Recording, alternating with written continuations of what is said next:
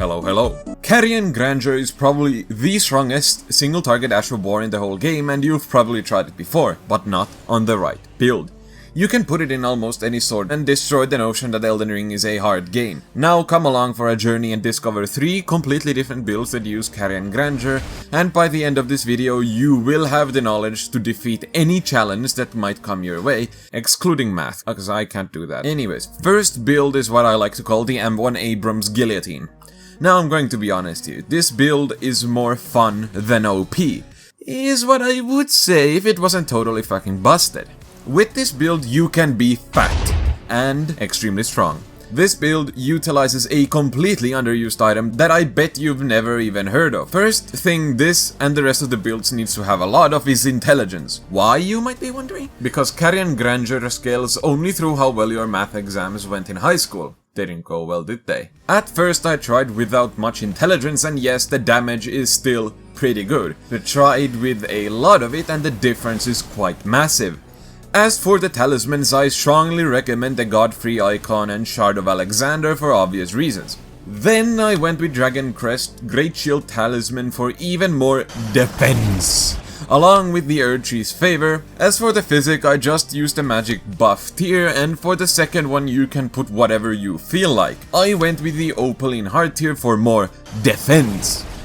But the difference is like 0 to none, so you can kinda just put whatever you want. Now this build is already so easy to use that my cat could even use it. And trust me, she's not one of the smarter ones. But since I want to play this game blindfolded with no audio, using my toes, we can make the build even more stupid.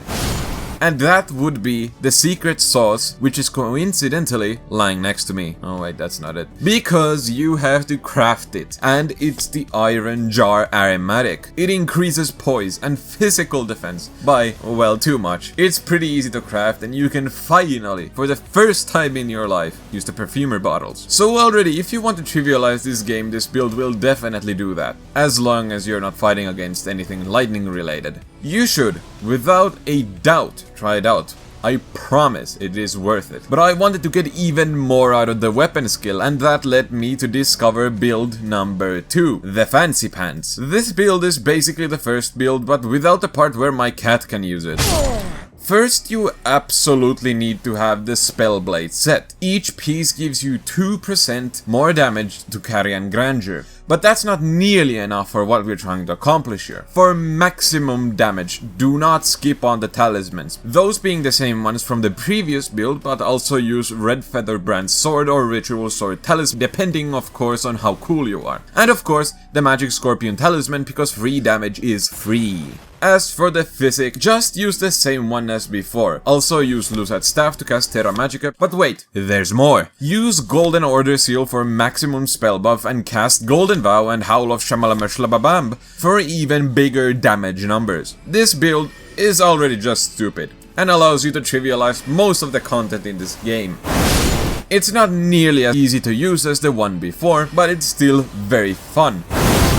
And I urge you to try it out. But what if you don't want to play the game? Well, this question led me to a video which showed me how to completely break the game using Carian Grandeur. I like to call this next and final build the NATO Rocket. Because it kills the innocent. No. Because it's so powerful it makes the enemy want to join forces with you, because facing against you means absolute annihilation. Also, it kills the innocent. Funny. How's the build work? Well, it just does. First you throw a glowing rock that makes you insane, you then get on your knees and pray to God.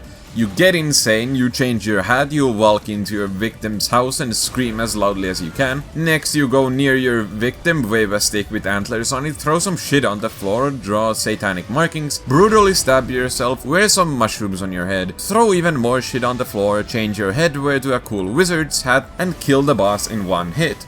Huh? If any of what I said made any sense, then congratulations, you need therapy. Now, you could do what I did here and perfectly replicate this build. Or you could watch the video on screen, which tells you the 4 easy things you can do to make any boss easier. Number 1 is so obvious you will feel stupid that you never thought of it. Goodbye.